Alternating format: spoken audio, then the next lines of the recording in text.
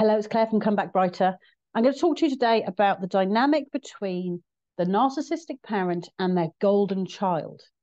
Because I think that we make this kind of assumption that like the golden child we see is the one that's like getting it all, okay? Whatever all it might be. So it might be all the narcissist attention, it might be their praise, it might be their money, it might be possessions, whatever it is. And we can presume, I think, from that the golden child is happy. And I don't think that's the case, okay? Because what the narcissist does is the narcissist doesn't want anybody in the family to feel safe or secure or loved or accepted, okay? And that includes the golden child. Now, when the narcissist has to have a scapegoat, their scapegoat is the one that just all of their crap gets dumped on, okay? So if they have a bad day, it will be the scapegoat that gets it. If they do something wrong, it will be the scapegoat that gets punished for it. And it's not just the narcissistic parent, it's the whole family that join in on that toxic dynamic as well. So the narcissist scapegoat is the entire family's scapegoat. I think that's a really important thing to realize. It's not just the narcissist that scapegoats them, it's the whole of the family too, okay? But however, what happens is these roles are not set in stone, okay? So the scapegoat isn't always the scapegoat, okay? They are for the majority of the time, but there will be moments when they become like the golden child, okay? There'll be times when they do something that the narcissist deems that they can be rewarded with the praise or the attention or the money or the possessions or whatever it is that the narcissists use to show their love, which I say in air quotes because it's not real love. So that the scapegoat can be rewarded with, this stuff from the narcissist if they do something that reflects well on the narcissist. Okay, so that will be when the scapegoat does something that bigs up the narcissist's ego or in some way like bolsters their image, okay, makes them look like the good parent if that's something that they value for their image, okay, so they get rewarded. Now, when the scapegoat gets rewarded and becomes temporarily, very temporarily, the role of the golden child, then the golden child gets the role of the scapegoat. Okay. Now, and they resent that deeply. They resent that deeply. Okay. So this is where the kind of, we can assume that the golden child has it all and therefore they're happy, but sometimes it's taken away from them. Okay, and this is such the toxic dynamic of it all. Instead of the golden child resenting the abuser, the narcissistic parent, the one who's causing all the problems, they will blame the scapegoat. Okay, so it will be the scapegoat's fault that the golden child is being scapegoated, not the actual person who's doing the abusing. This is the twisted thing, a really twisted thing about a narcissistic family, is that nobody, aside from the scapegoat, will address the actual abuser. Anybody else in that family dynamic will blame the scapegoat, not take it up with the person who's actually doing the abusing. Okay? So, because this role of golden child is occasionally taken away from them, the golden child, I think, has this fear that one day it may be taken away from them forever. Okay, so what that does is that makes them fight harder for it. Okay, and then they're pitched against their sibling. So that's where the resentment, hatred, dislike, competition comes in between the siblings within a narcissistic family. The golden child wants the scapegoat to be 100% forever and always the scapegoat. But the narcissist won't do that because they like to keep everybody on their toes. They don't want anybody to be relaxed in their role. Okay? They don't want anybody to know exactly where they stand all the time. And that's why there are these shifts in the roles, okay, where the scapegoat becomes temporarily the golden child and the golden child becomes temporarily the scapegoat, just to keep everybody entirely focused on the narcissist. So the narcissist is in 100% control of the whole family, okay? Because this isn't often just between the siblings either. It will be the other parent too. The other parent too could be temporarily the scapegoat or the golden child as well themselves. Okay, so this is the whole dynamic is so toxic. Okay, so then the other thing is that the narcissists themselves actively encourage and nurture the resentment, the dislike, the hatred, the jealousy, the competition that the golden child has towards the scapegoat. They encourage that. Because if the kids are getting on okay, they could unite against the narcissist. And there's no way the narcissist wants that to happen.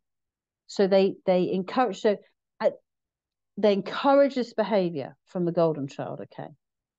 And the golden child will get rewarded for it.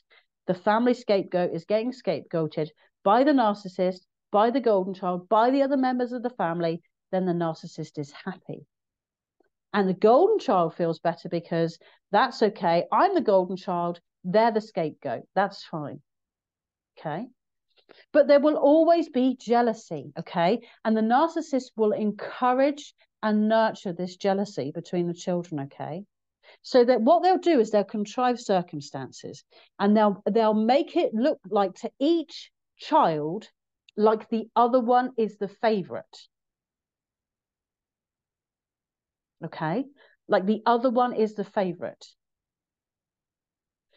Plus the thing as well, all right, when you've got a narcissist here, they're modeling narcissistic behaviors, okay, and there may be one of their children who follow in their footsteps, okay, because and I've got to say it's the golden child that usually ends up doing this. I'm just trying to think. Yeah, it's rarely the scapegoat that goes down this pathway, because that child from its birth has been treated in a way that leads it to become a narcissistic adult. So the golden child is often the spoiled child, the child who's not told no, the child who gets exactly what they want, the child who has a tantrum and it works and their parents bow down to exactly what they want. Okay. And I've seen this for different reasons. I don't know that the reasons matter, but sometimes it could be because they're the firstborn son. Sometimes it could be because they're the only daughter. Sometimes it could be because they're the youngest. Sometimes it could be because they were sick when they were a baby. Whatever it was, okay, there's a reason why they're treated that way. They're never taught to consider anybody else. Their entitlement is nurtured and encouraged. So basically what happens is the narcissistic parent creates a narcissistic child. They create that monster. And I've seen from what I've seen is the narcissistic parent dislikes the golden child, and they will the characteristics that they see in them that are exact copies of what that parent is, they will dislike about them. So they will moan about their own golden child doing X, Y, Z, and those three things are exactly what the narcissistic parent does. Okay. And the narcissistic parent can't see that that's exactly what they do. They can't see it because they lack any kind of introspection. They're incapable of looking to their own behaviors. And they dislike them, okay? And what I've seen also as well is where they fear them, okay? So there was one particular narcissist that I knew, her husband died, and within a very short, and it felt like almost inappropriate amount of time, she made her son and daughter-in-law power of attorney, okay? And she did that because she was afraid of her son. She was afraid of her other son, okay? What she was worried about was that she was going to get bullied into letting him be power of attorney, and then he would be in control of her finances. And she knew if he was in control of her finances, he would just siphon everything off and she would have nothing left. Now, I will tell you, if you're in any kind of circumstances with a narcissistic parent, when it comes down to their finances and their golden child, the narcissistic parent will always make sure that they are okay. They will have some sort of backup plan. They will either have some money squirreled away that the golden child doesn't know about, or they will have some sort of backup plan.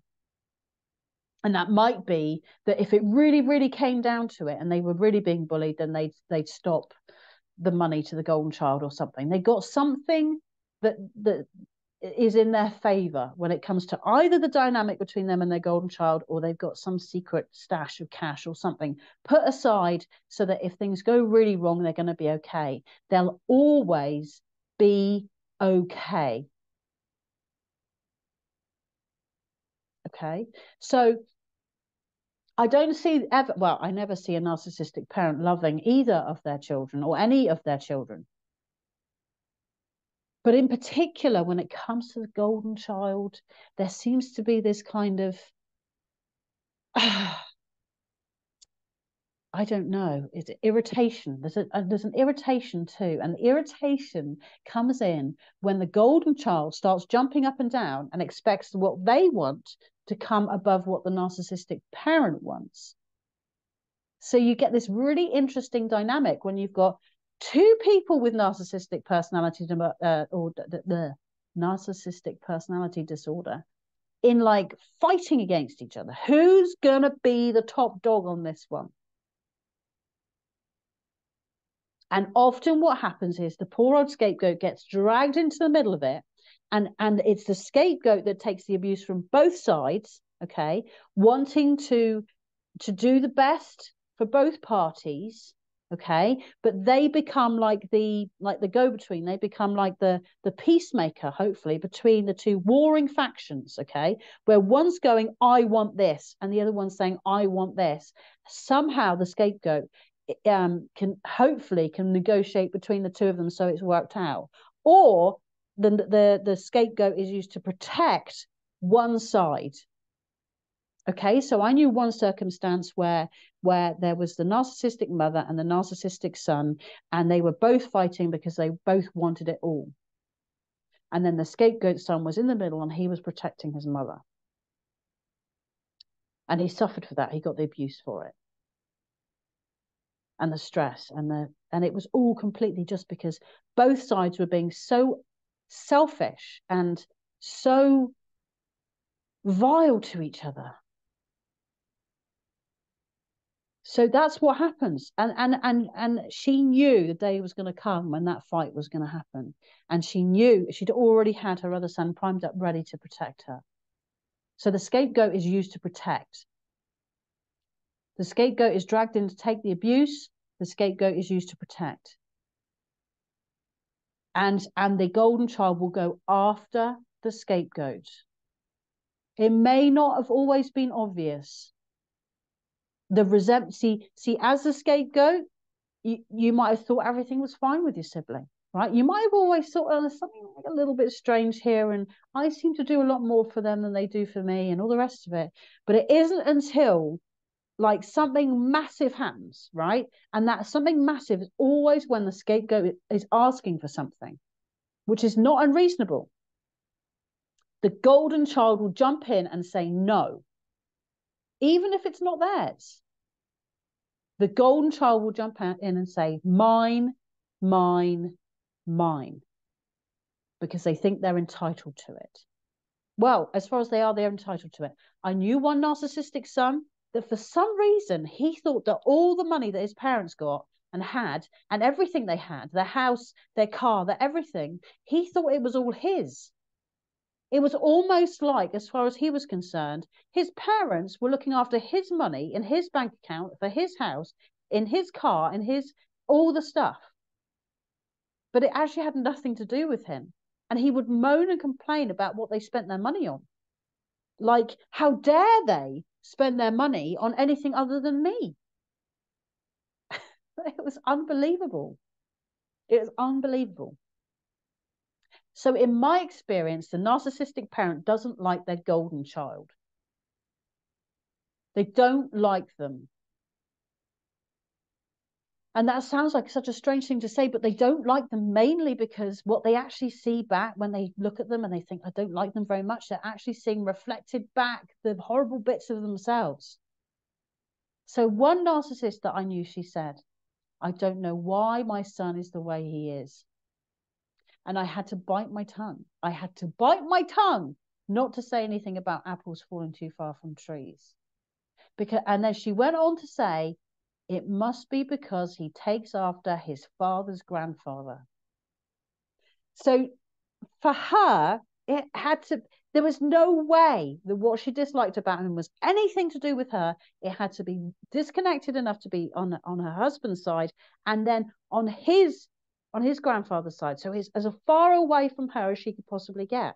But the things that she moaned about with him were the very things that drove everybody else crazy about her. It's mad. It's mad. It's mad. So the golden child is enmeshed in it. There's like, it's really odd. They haven't been treated as badly. Now, in my opinion, they've been equally abused. Okay, they've been spoiled. Okay, it's one extreme or the other with a narcissist. You're either treated like dirt or you get everything that you want. Okay, that's how it is with a narcissist. Okay, but the golden child's also been abused because they should have been taught rules, and they should have been disciplined, and they should have been taught right from wrong, and they should have been taught to consider other people and all these things. And in my experiences, the golden child goes on and lives a very, very, very unhappy life. A very unhappy life. Because they cannot cope with the knocks and the bangs that come with life. They cannot cope when they don't get what they think they're entitled to. They can't cope when something happens and the world doesn't revolve around them. They can't cope. And they lash out and they're bitter and they're angry and they're just so furious because they're not used to it. Now they're enmeshed, they're involved so unhealthily with their narcissistic parent. They don't like them necessarily. They don't like the way they've been parented, but they're enmeshed. They cannot see how much they're in with them. It's disgusting. They can't see it. But the scapegoat, you see, because we're treated so badly, we like, no, this isn't right. I don't like this. There's something wrong here. You see, really wrong. And often we'll be the ones that will escape, or we're the ones that will break free. But the golden child, because they see they're getting something out of it, and most of the time that's money or possessions, or the promise of money or possessions, they'll be getting something out of it, so they stay involved, they stay close, and they don't see how they're getting continually abused, and their children will be getting continually abused from that close contact. They can't see it. And it doesn't matter what you say, they will never see it. They will never care about your side of the story. They don't care. What they want is you back to take the abuse. They want you back as the narcissist target and as the family's target. Okay? So if you're in a situation where there's something going on between your narcissistic parent and the golden child, dynamic, whatever, stay out of it. Stay out of it, because you'll be dragged in and they will knock the stuffing out of you, okay? They will knock the stuffing out of you, because what both of them are doing is they'll both be using you as the punching bag, because they can't go after each other, because in some sick ways that dynamic between them works. Probably money. Mum gives son money. Dad gives daughter money. That's how their dynamic works between them. So they can't go straight for each other and fight. They've got to go for the scapegoat in the middle. And it will be you that ends up with stress, physical illness, mental health issues. They'll just go after you. Really, it will be the time when you see the truth of the ugly dynamic of a narcissistic family. Because your parent won't stick up for you, and your sibling won't care about you, and then but neither of them have got nothing to lose if they both just absolutely go after you. And I guarantee you that's what happened. That will happen. The best thing is to stay 100% out of it. And I've got to say, this is where it comes in. You reap as you sow. Now, the narcissistic parent has created that child. They took this beautiful baby and they molded it into that monster. They created that. So the best thing to do is to let them get on with it between the two of them, okay? Because they will take you down, and they may make false promises. They may hint at things that they're going to do for you in some sort of like reward or whatever, but it will not be true. They just want you involved. They both hate you, okay? They both hate you, not because they know you and they hate you personally, but because you're the scapegoat and you're the target of all their venom and hatred and dislike, and how everything's been so unfair to them. You will take all of that. You will take all of that. And if you put up with it and you don't walk away, it could well destroy you. When it's got nothing to do with you, it's the dynamic between the two of them. So let them get on with it. I can guarantee you all the money in the world will not be worth it for you to put yourself in the middle, because you'll have one party tell you a bunch of lies on one side, and you'll have the other party tell you a bunch of lies on the other side. And it's up to you to somehow make out what the truth is, to try to keep the peace, try to keep the family together, try to keep them from fighting. No, let them fight. Let them deal with it between the two of them. Let them get on with it. They're adults, let them deal with it. If they need professional help, there's professional help out there. There's mediators, there's people that can help with this, exactly this kind of conflict. It is not your job. Okay? Boy, sorry, I went over there, didn't I? I'm having a bit of a rant, but it's so important to understand it, and I truly want you to understand it. Now, this is something that might happen when you've lost one parent. You may also get this when you've lost both parents, okay? So you're dealing with the will, you're dealing with the estate, you're dealing with any leftover money, whatever, blah, blah, blah. This is going to be the time when you're going to see the truth about either how your remaining parent feels about you and your sibling, or how your sibling feels about you, okay? I think a death in the family, particularly of like the, parents or whatever, I think that shows the truth of the toxic dynamic. It's when the poison comes out, and your only position in this is to 100% protect yourself, because it's going to come at you. They're going to come at, they're going to be evil in this. Truly, it's going to be every single weapon launched against you by these people. And your job is to stay out of it. Stay out of it. Don't let them drag you. They will want to drag you in. Both of them will want you to drag you in, because you have protected your parent previously, and you probably protected your sibling previously. If nothing else, you protected your sibling previously by being the scapegoat. So anyway, I'm going to stop my rant now. But I hope that this helps you understand the dynamic even better. And I hope that it empowers you to stay away. Because this is the time when the masks are going to slip, and you're going to see the true ugliness of both your narcissistic parent and your narcissistic sibling. Or if both your parents have died, that when it comes to the will, this will be when you see the truth about your narcissistic sibling. The mask will fall, the mask will drop, and you will see them in their true, vile, disgusting selves. And no money is worth it, because you may well fight and you may well get nothing. Because for the golden child, this isn't about the money. This is about getting one over on you. This is about winning. This is about surviving to them.